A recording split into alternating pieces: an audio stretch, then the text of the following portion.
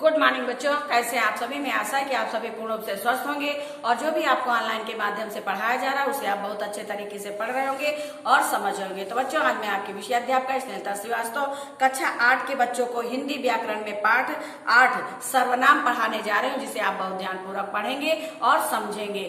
तो आज हम आपको क्या पढ़ाएंगे? सर्वनाम। अब इसमें आपको वीडियो अवश्य देखना है, क्योंकि बच्चों वीडियो में बिल्कुल उसी तरह पढ़ाया जाता है जैसे आपको क्लास में पढ़ाया जाता था। और किताबें आपके यहाँ है नहीं जो आप दोबारा पढ़ लेंगे उसको, तो दोबारा पढ़ने की कोई वही नहीं है कि आप दोबारा पढ़ लेंगे। भाई किताब होती तब तो आप दोबारा पढ़ लेते और समझ लेते, लेकिन किताब नहीं है, तो इसलिए आपको जो भी समझना है वो आप वीडियो के माध्यम से ही समझ सकते हैं। क्योंकि कॉपी में जब लिखित वर्क आएगा आपको पीडीएफ के माध्यम से, तो आप उसे लिखेंगे और लिखने के बाद याद करेंगे। लेकिन बच्चों, लिखने से ज्यादा समझ में आता है। जब आप समझते हैं, आप जो है पढ़ाते समय समझते हैं, तो वो आपकी समझ में बहुत आएगा। तो आइए हम आपको पढ़ाते हैं सर्वनाम। आइए हम आपको सर्वनाम की परिभाषा बताते हैं। सर्वनाम जो शब्द संज्ञा के स्थान पर प्रयोग किए जाते हैं उन्हें सर्वनाम कहते हैं। जैसे मैं, हम, तुम, तुमने, तुम्हारा, उसका आदि।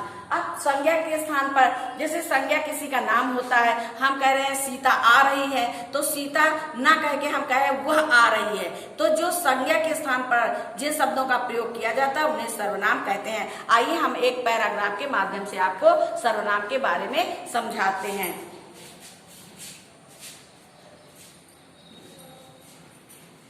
जैसे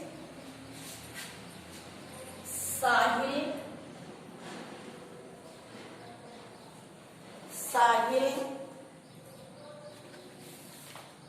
अच्छा लड़का है। साहिल अच्छा लड़का है। अब ये साहिल क्या है? नाम है, और किसी नाम को ही संज्ञा कहते हैं, और जो संज्ञा के स्थान पर प्रयोग किए जाते हैं उन्हें सर्वनाम कहते हैं। तो देखिए, ये साहिल एक अच्छा लड़का है, साहिल दयालु है, साहिल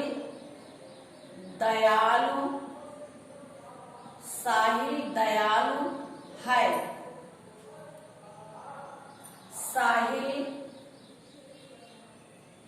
साहिल का स्वभाव शांत है, साहिल का स्वभाव शांत है, साहिल को पढ़ना अच्छा लगता है, अब आप इसी पर देख रहे हैं, ये 4 पंक्तियां लिखी हुई हैं। चारों में साहिल अच्छा लड़का है, साहिल दयालु है, साहिल का स्वभाव शांत है, साहिल को पढ़ना अच्छा लगता है। अब यहाँ पे हर जगह पर साहिल साहिल साहिल लिखा हुआ है, इसलिए ये जो है वाक्य हर जगह हर वाक्य में साहिल लिखा हुआ है। ठीक है, तो ये पढ़ने में कुछ ज्यादा अच्छा नहीं लग रहा है। अब इसको हम इन्हीं संज्ञा को हम सर्वनाम शब्दों में बदलेंगे। इन्हें देखिए, साहिल अच्छा, क्योंकि साहिल के बारे में कहा जा रहा है ना, तो यहाँ पे हम सबसे पहले वाक्य में तो साहिल लिखेंगे। साहिल अच्छा लड़का है, साहिल अच्छा लड़का है, वह दयालु। अब यहाँ पे हम साहिल ना कहके, यहाँ पे हम संज्ञा का प्रयोग ना करके सर्वनाम का प्रयोग करेंगे। वह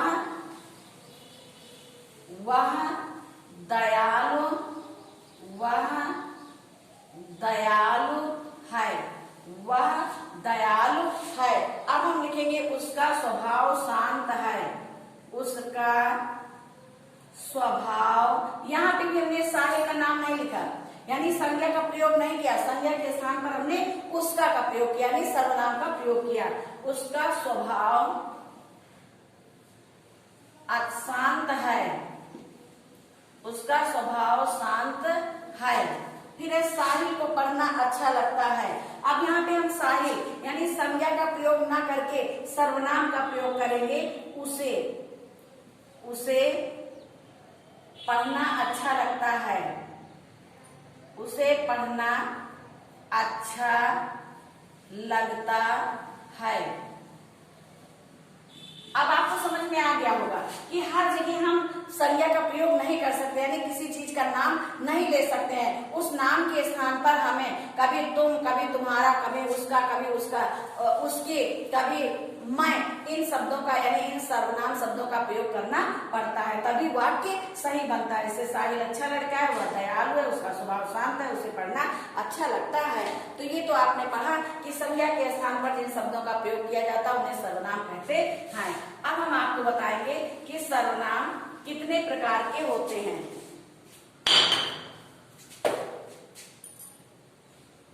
अब हम आपको बताएंगे सर्वनाम के 6 भेद होते हैं। सर्वनाम के 6 भेद होते हैं, या सर्वनाम 6 प्रकार के होते हैं।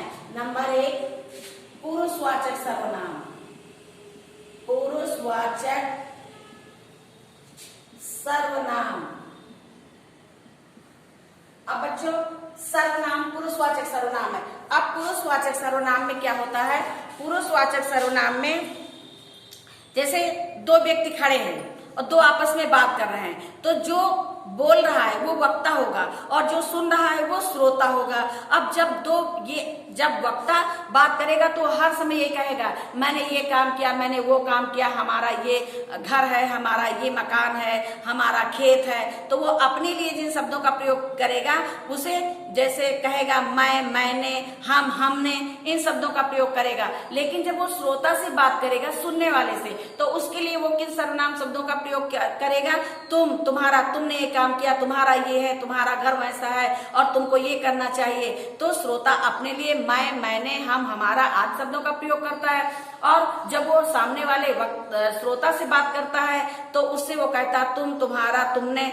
और जब वो दोनों मिलकर के आपस में किसी तीसरे व्यक्ति के लिए बात करते हैं तो उसके लिए किन सर्वनाम शब्दों का प्रयोग करते हैं? उसे, उसने, उसको, उसका, इन सर्वनाम शब्दों का प्रयोग करते हैं। तो पुरुषवाचक सर्वनाम में इन शब्दों का प्रयोग होता है। कौन कौन से? जैसे मैं, ये पुरुषवाचक सर्वनाम है। मैं, मैंने, मैंने, तुम, तुमने, तुमने। अब और भी है, जैसे हम है, हमारा है, तुम्हारा है, ठीक है। और जब तीसरे के लिए बात करते हैं तो उसे, उसका, उसकी आदि, ठीक है। ये पुरुषवाचक सर्वनाम के अंतर्गत ये सर्वनाम शब्द आते हैं, ठीक है। इनसे वाक्य बन सकता है, मैंने ये काम किया, मैंने वो काम किया, तुम कल कहाँ गए थे, तुमने कल क्या देखा, ठीक है। इनसे वाक्य बन सकते हैं। अब दूसरा सर्वनाम होता है निश्चयवाचक सर्वनाम। निश्चयवाचक सर्वनाम।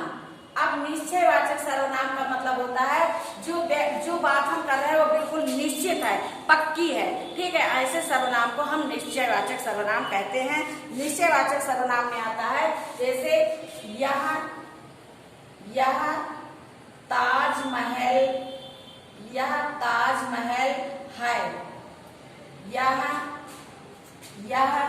मेरा विद्यालय है। अब ये निश्चित है, ये ताजमहल ही है, यानी ये कोई दूसरी इमारत नहीं है, ये ताजमहल ही है। और ये मेरा विद्यालय, इसमें कोई दूसरी राय नहीं है कि ये दूसरे का विद्यालय है, ये मेरा विद्यालय है। ये निश्चित है कि ये मेरा विद्यालय है और ये ताजमहल है, ठीक है। तो जो चीज निश्चित होती है उसके बारे में, जैसे कहा यह आम का पेड़ है, लेकिन ये आम का पेड़ है, बिल्कुल निश्चित है कि ये आम का पेड़ है।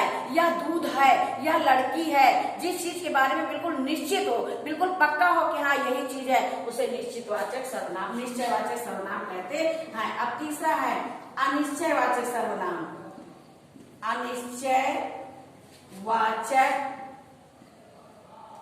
सर्वनाम। अब अब बच्चों अनिश्चयवाचक सर्वनाम में जिस चीज के बारे में हमें पूरी जानकारी ना हो उसे अनिश्चयवाचक सर्वनाम कहते हैं। अब अनिश्चयवाचक सर्वनाम के अंतर्गत क्या आता है? अनिश्चयवाचक सर्वनाम जैसे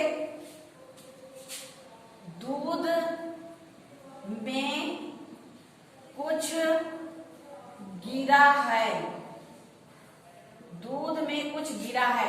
अब दूध में गिरा है लेकिन क्या गिरा है उसके बारे में पता नहीं है। कुछ, जहां पर ये कुछ क्या ऐसे शब्द आते हैं वहां पे अनिश्चयवाचक सर्वनाम होता है। जैसे दरवाजे पर कोई खड़ा है, मुझे कोई बुला रहा है, पेड़ पर कुछ चिड़िया बैठी हैं। तो कुछ चिड़िया तो बैठी है लेकिन उसके बारे में बिल्कुल पक्का नहीं है, बिल्कुल निश्चय नहीं है कि कितनी चिड़िया बैठी हैं।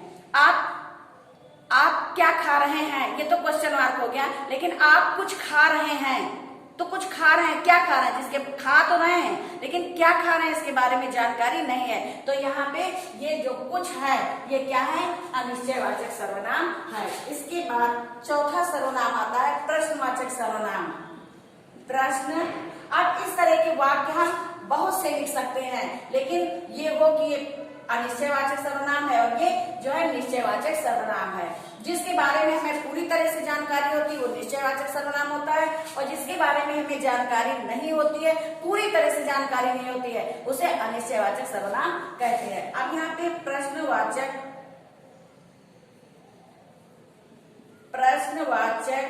सर्वनाम।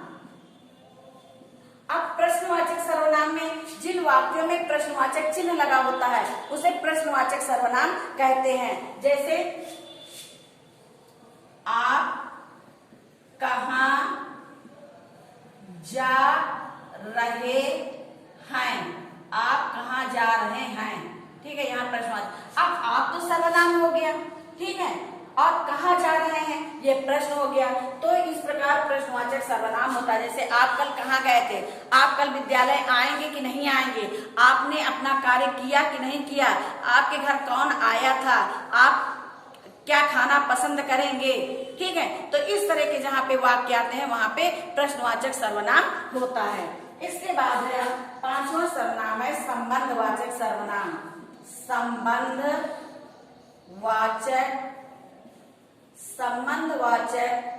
सर्वनाम।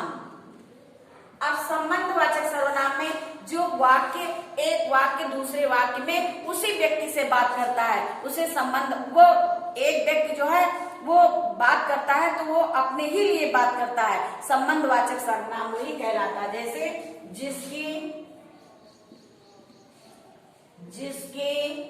लाठी उसकी भैंस।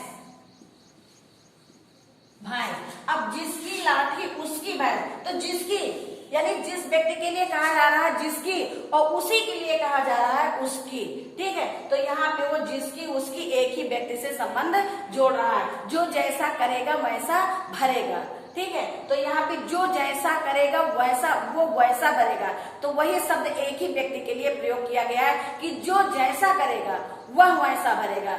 जो जैसा करेगा यानी कि जो व्यक्ति जैसा करेगा वह वही व्यक्ति वैसा भरेगा। ये तो संबंधवाचक सर्वनाम हो गया। अब छठवां सर्वनाम है निजवाचक सर्वनाम।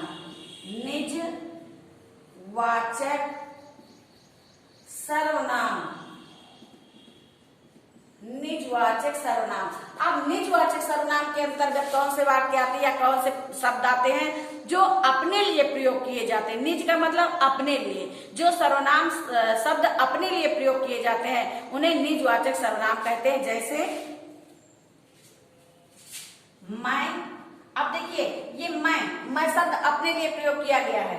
मैं स्वयं, अब स्वयं शब्द भी अपने लिए प्रयोग किया गया है। मैं स्वयं चाय बना लूंगी या लूंगा, ठीक। मैं स्वयं चाय बना लूंगा, ये दोनों शब्द मैं अपने लिए प्रयोग किया गया है और स्वयं भी अपने लिए प्रयोग किया गया है। जैसे मैं खुद बाजार जाऊंगा,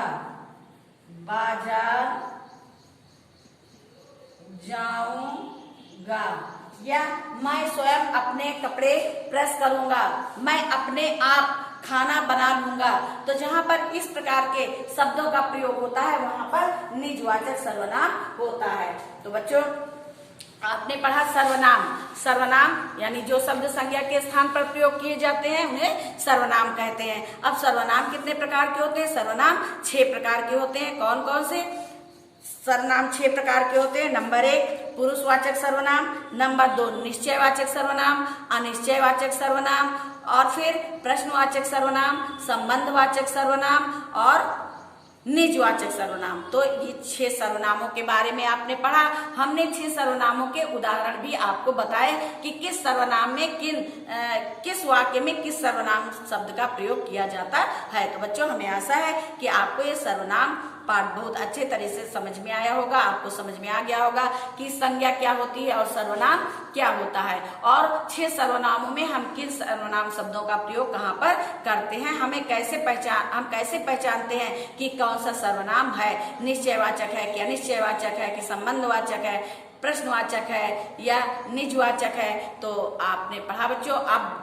आप वीडियो अवश्य देखें। अगर आप वीडियो देखेंगे तो आपको बहुत अच्छे तरीके से समझ में आएगा, और यदि कहीं पे कोई चीज आपको समझ में नहीं आती है तो वो ग्रुप में आप अवश्य पूछिए। तो बच्चों आज ये पाठ 8 सर्वनाम यहीं पे समाप्त होता है। धन्यवाद।